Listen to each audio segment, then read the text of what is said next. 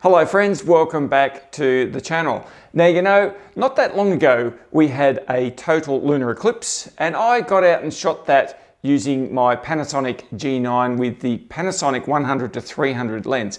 Very mixed results. And since that time I've been thinking to myself, how do I shoot longer telephoto images of, in this case specifically, the moon? And so I got to thinking and did a bit of research and came up with a number of options. Now, as you know, I'm a Nikon Z shooter. So there are not a lot of native Z mount lenses that fit that bill that are long enough focal length.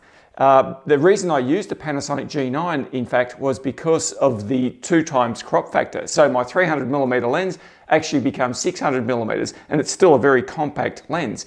But I did find, I just wasn't happy with that one. So I did some research around and came up with this lens. Now this is an Olympus 100-400. Now on the G9, which you can see here, I've got the G9 mounted, it actually is fairly small and lightweight. As you can see, it's fully extended there at the 400mm focal length, and it's still not a very big, heavy lens. I like the way it's got the tripod foot. I can just mount that straight onto the tripod or whatever I want to use. I'm going to take you outside in a minute and show you a bit more of the setup. So with the Panasonic G9, which I've got here, as I said, this is a 2x crop factor. Now I'm used to shooting full frame cameras, which don't have a crop factor at all. So the more that you zoom in on an image or crop into the image, the larger it appears in the actual frame.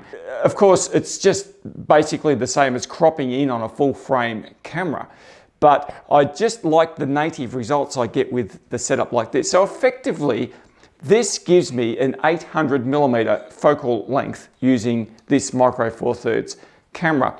Now, is that enough? Is that good enough for me to shoot the moon and the things that I want to actually shoot with this? Well, mostly yes, it is. Now, some of you are going to say to me, well, why don't you just buy a Sigma lens or a Tamron 150-600 or something like that and put it on your Nikon system? Well, I could do that for sure with the adapter, but the problem is it's still only 600mm.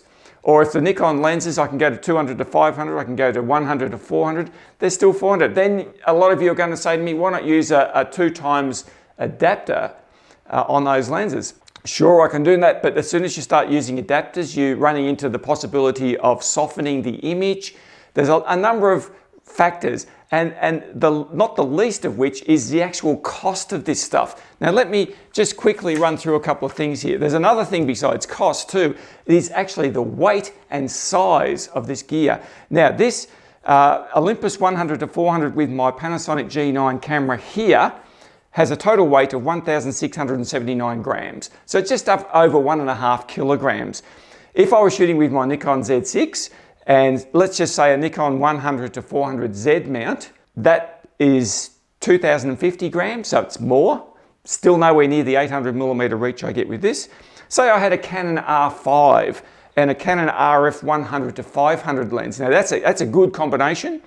That weighs 2,103 grams, or just over 2 kilograms, much heavier than this. Some of you are going to say to me with that combination, well, you can crop in, put it into an APS-C crop mode, and your 500mm becomes somewhere around about 800mm, and that's very true. So that is a good option, but it's a much heavier and much more expensive option. Let's have a look at, say, a Sony a7R IV with a Sony 200-600. Now that is a great combination for telephoto work. That's a whopping 2,780 grams, much bigger, bulkier system. Once again though, with that A7R IV, with that a 60 megapixel camera, I can put that into APS-C mode and get somewhere around about 900mm focal length. So that's pretty handy, and I know quite a few people that use that camera and lens for that combination. Not a bad combination, but a lot more expensive than this and a lot heavier. Some of you are going to be saying, well, what about a Fuji X-T4, for example, and a great lens, a Fuji 150-600.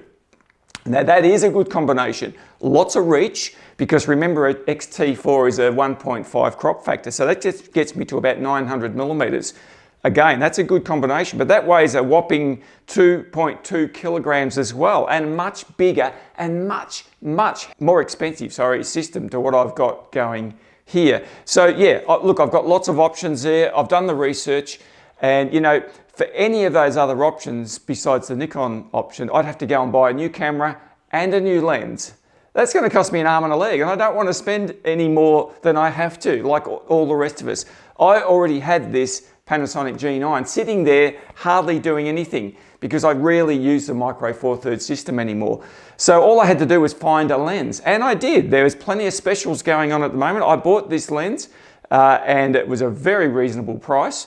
And so far, I've been really happy with the results. Now, I want to re-emphasize here, I'm really only wanting to buy this lens or use a lens of this type for moon photography. There's hardly anything else I ever shoot, but that does introduce a few issues which I want to talk to you about now. The number one issue is getting stability on a tripod or a mount. Now, what I wanted to do, and what I noticed last time when I was shooting the moon with my setup, because you're at such a long telephoto range, the moon is very quickly moving through the frame.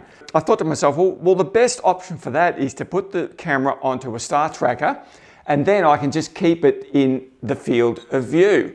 Well, any of you who have ever used a very long focal length on a star tracker will understand that you've got a number of issues. Firstly, just keeping it there, getting polar alignment, and stopping the wobbles and the vibrations. All of those things come into play. And I want to run you through some of my mindset and the way that I've worked out how to overcome some of these things. My normal star tracker is this one. This is the Optron Skyguider Pro. Now, it's a great tracker, and you can see what I've got set up here for my wide field Nightscape Astro stuff, and just got the Alan Wallace V bracket there, which works really well. In fact, most of the time I don't even use this with the counterweight anymore because I don't need to. Remember, I'm only using wide angle lenses. If I put this monster on top of that, no, that's not going to work. There's just way too much flex, and I need the counterweight to counterbalance the weight of this, even though it's not as heavy as some of the other options that I have mentioned. This is a great setup, especially for the iPolar camera, to get accurate polar alignment, but I found it's not so good with this heavy setup. So what I'm going to do is show you what I did use and the reasons why I chose that mount for this camera. Okay, so you may remember from previous videos that I also have a Skywatcher Star Adventurer tracking mount, and I've got it set up here. And you know, going back to that night when I was shooting the eclipse, remember I talked about wanting to polar align so I could get a tracked shot, but the problem was there was clouds in the sky. So my iPolar, here it is, my iPolar setup, as good as it is, doesn't work when there's clouds, or it won't work when you've got trees behind, which is exactly what I've got here in this particular location. So because it's an optical camera that works on the South Celestial Pole or the North Celestial Pole, depending on where you are in the world. I thought to myself, I wonder if I can use this. Now, I want to show you a couple of comparisons between these two mounts, and one of the main reasons why I would prefer to use the Skywatcher mount for my long telephoto setup as opposed to the Skyguider Pro. Now, of course, the typical method that people use to polar align with this mount is to use the built-in polar scope through there, but I have never ever had success using the polar scope. I'm in the southern hemisphere, can't see the stars, can't see through the trees anyway, like I mentioned before. So what other methods are there that I can use to find a correct polar alignment? So I'm going to show you what I did. Firstly, I'll take all this stuff off and take the mount off like so, and then I'm going to get, now you're going to laugh. You are going to laugh at me. Some of you, I'll be able to hear you through the internet. But this is what I did, and I'm going to show you the results I got. So I grabbed myself a piece of, I was going to say a piece of 4x2, but it's not even that. It's a bit smaller. So I'm going to stick that on there. Now, the idea is to make this point to the South Celestial Pole. How am I going to do that? Well, I'm using a couple of apps. So I'll get my phone out and let's just see what I can find here. So one of the methods that we can use to get the south celestial pole is to get out and open up photo pills. Now it shows you where the south celestial pole is up there. But how do I get my piece of wood here to line up with that? Well, let me just have a look here. You can see the line that is pointing due south. Now what I did, I just lined up the edge of that piece of wood with that line. So let's just do that. This is rough as bags, but I'll tell you what, that's not too bad. That's getting me in the ballpark. One of the big problems I have with most of these tracking mounts is the ability to spin and rotate the base this way accurately. They've got these fiddly little knobs here, which is shocking.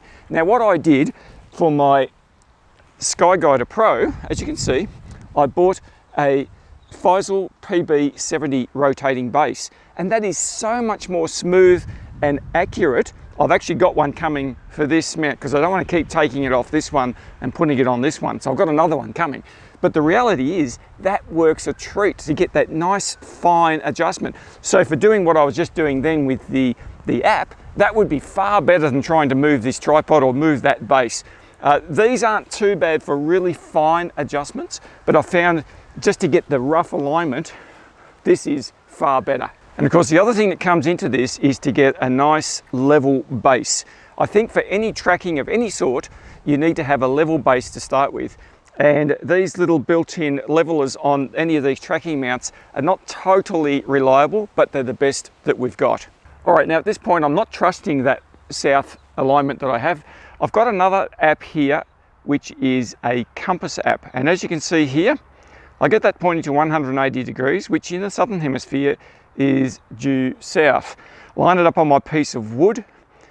And look, I know I can still hear you laughing, but anyway, here's my method. Now I want to point you to the top of this compass app where it talks about the declination, and it says 10.8 degrees. So what that is saying, a lot of you are going to say, oh, compasses aren't accurate.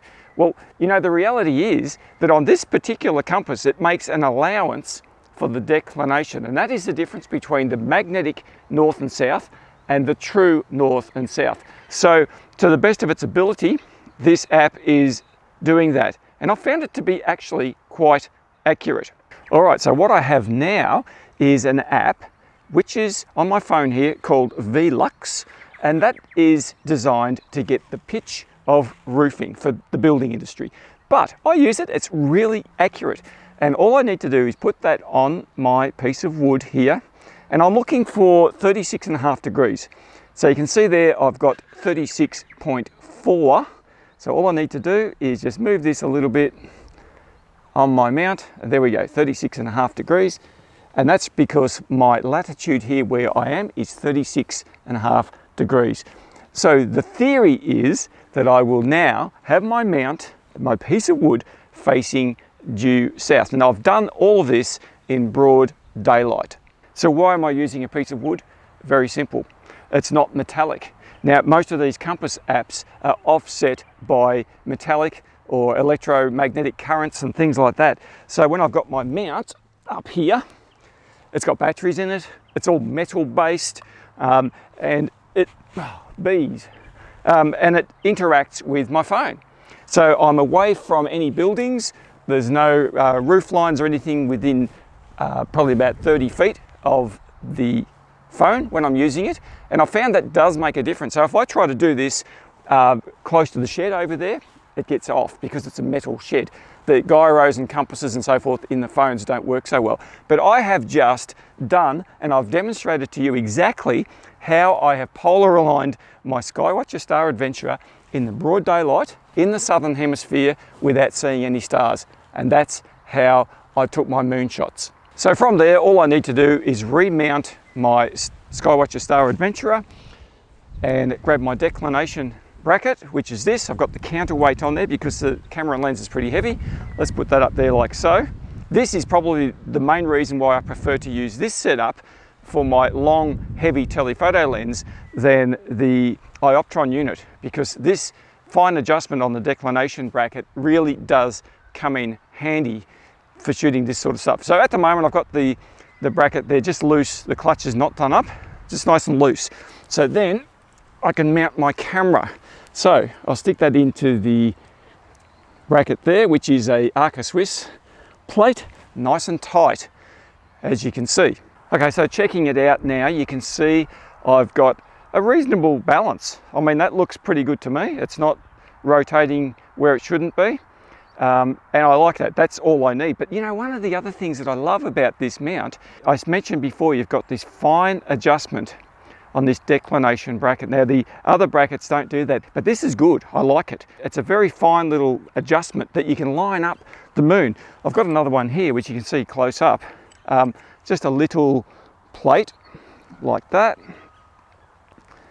and you can just fine tune by turning that knob one way or the other, and it spins that around slowly, which I think is great. Now the other thing I love about these, the tripod foot on this lens, is I can just rotate the camera to whatever angle it needs to be. Now that's one of the things that I used to think about this declination arm and bracket that I didn't like, because I sort of thought to myself, well, I've got to mount a ball head up here to get the angle that I want. But with a lens like this, I can just mount the camera anywhere, any orientation that I want. Go vertical, or I can go horizontal, I can move it around, and depending on where the moon is in the sky. So the other night when I was shooting, the moon was fairly low down over there, so I just set it to about there, line it up in the viewfinder, do some fine adjustments. Got to make sure you don't undo the wrong one. Well, I'm sure we've all done that. And line it up, and then I can zoom out. That's another advantage of a zoom lens, long telephoto, when you're trying to line something up in the distance. You line it up firstly with less extension, so in this case 100 millimeters. Once I've got that, because things are hard to find at long focal lengths, then I can zoom out to 400, which remember is, in full frame terms, this is 800 millimeters. That's a long, long lens. Turn my tracker on, and this tracker, most trackers have a lunar tracking mode. So I just turn it on to lunar, and away we go. And there is hardly any camera shake with this. This is very, very solid. I mean, at the full extension, any movement will shake the camera. If it's windy, it's pretty windy today, that will shake the camera. One thing, you can take the lens hood off, that will help. When you're shooting the moon, by the way, they're very fast shutter speeds. So I'm not talking about 3 or 4 or 5 or 10 seconds. I'm talking about 1 250th, 1 400th, 1 800th maybe for a full moon, because it's very, very bright. Oh, now just one thing I want to mention to you. You can see here I'm using my Yongnuo RF603 triggers, which are exactly the same remote shutter release I use with my Nikon cameras. And I've got them here. I simply use these to trigger the shutter. So I'm not pressing the button. There's no timer delays or anything like that. And what I was doing when shooting my moon photos, rather than shoot just one single exposure, I'm just pressing the button about 10 times in a row, sometimes a bit more than that, maybe 15, and getting a whole stack of images, which I can actually stack for a greater signal to noise ratio, greater detail in my images. And because the tracker is tracking the moon, then there's hardly any movement between each of those shots. They're just shot bang, bang, bang, bang. And this little trigger device makes that so easy to do. So the other night when it was approaching full moon, I thought to myself, I want to capture one of those cool images where you've got the moon rising over some sort of prominent landscape object at a long telephoto focal length. So here's my adventure. Okay, well, I've made my way up here to quite a famous lookout here in Bendigo where I live. Well, perhaps it's a little bit more appropriately infamous. This is the Mickey Mouse Hill lookout. There's car parks all around here, and people come up here and have a look at the sights of the city. I think quite a few of them come up here and don't see any sights of the city, but anyway, that's another story. So I've got my camera and my tripod here, long lens, ready to go. And I'm going to go over there and see if I can find a spot to get a view with the rising moon tonight. So let's go and have a look. Oh, and by the way, that's why it's called Mickey Mouse Hill. All right, so I've come up to this section of the lookout here, and I've worked out, looking at my phone, that the moon tonight is going to rise over there. Now, I've lined it up with the compass at 63 degrees. That's what the stellarium is telling me. That's exactly where the moon's going to rise. Now, of course, from here in the southern hemisphere, the moon rises in the northeast and heads up towards the north as it goes through the sky. Now, there's two subjects down there I reckon I might be able to line up. Now, tonight, the moon is going to rise before sunset. So what that means is it'll be a blue sky. Hopefully there's no clouds. It looks pretty good at the moment. And the foreground will be sunlit. So there'll be good light on the foreground. I'll be able to shoot using my standard daytime exposures. Now you can see in the distance down there, there's a tower. I don't know if it's a fire tower or some sort of a marker, but anyway, it's a long way away. But with my lens fully extended to 400 millimeters, it brings it nice and close. But there's also enough room around the subject for the sky, for the moon to drift through, and that's what I'm hoping will happen a bit later on. So my plan is in place. All I have to do now is try and execute that. So I've got a couple of hours, I think, before the moon is going to rise over there. You know, this could be a total fail, because what might happen is the moon might rise, 4 or 5 degrees over this way, behind a tree or something, and, well, my plans will be dashed.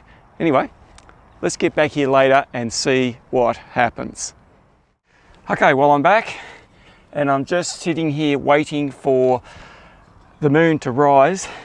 A few people have just pulled up here next to me, which does make it a bit tricky to actually get, run around like a headless chook up here, but it is a lookout. I haven't got the place to myself. Well, you know what? You really wouldn't read about it, would you?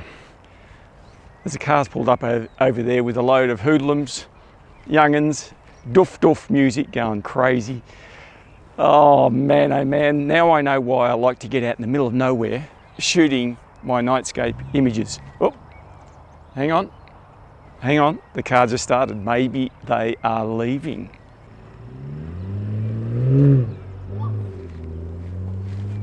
So I've got my PhotoFills app here, and it's telling me the moon is right on that horizon down there. Now, it's daytime, so it is a little bit difficult to see. I don't know. I don't know where it's going to come up. So all I can do is hope that it's going to be somewhere near where I've calculated that it will be. So there is a fair bit of cloud on the horizon down there, but I wouldn't have thought it would hide a almost full moon. But I've been wrong before, so who knows? All right, well, if ever there was a fail, this is it. The moon's up, and it was in that thin cloud and I couldn't see it. So it's just up about there, and it's still very, very faint.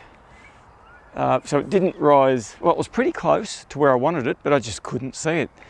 So that's the problem. The moon is not bright enough in this broad daylight when it's down low on the horizon down there to be actually visible. So I've learnt a pretty valuable lesson. I'm gonna have to come back again tomorrow and see if I can get something, but the moon's gonna be in a different spot tomorrow.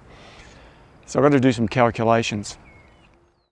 Well, as you can see, those types of shots are not as easy to capture as you may imagine. It takes an awful lot of planning, and that's something I think I need to spend a fair bit more time doing before I go out again. So over the month of December, I've been taking an image of the moon during its various phases, probably 1 or 2 days apart. So I want to show you those images now and just give you an idea of what can be achieved by using this camera, this lens, and this setup.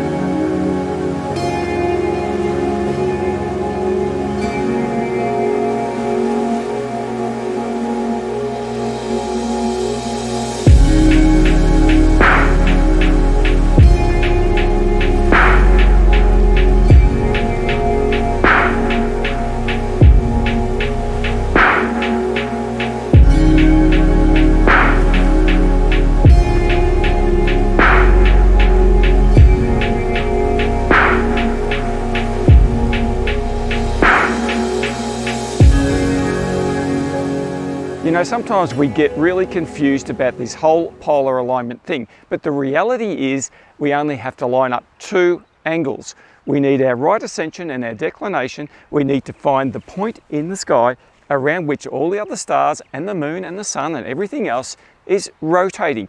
The basics of it are very simple. It's the outworking and the practical issues that we run into where we tend to get ourselves into a bit of a mess. So all we need to do is have a look at a program like Stellarium, which will give us a perfect indicator of exactly where that pole is at our particular location anywhere on the planet.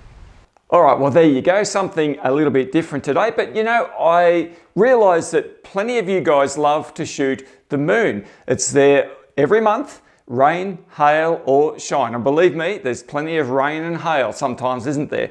But anyway, I hope you enjoyed this video. And let me know down in the comments section below just what gear setup you like to use to shoot the moon. And anyway, until I see you in the next video, you have a fantastic week. I'll see you then.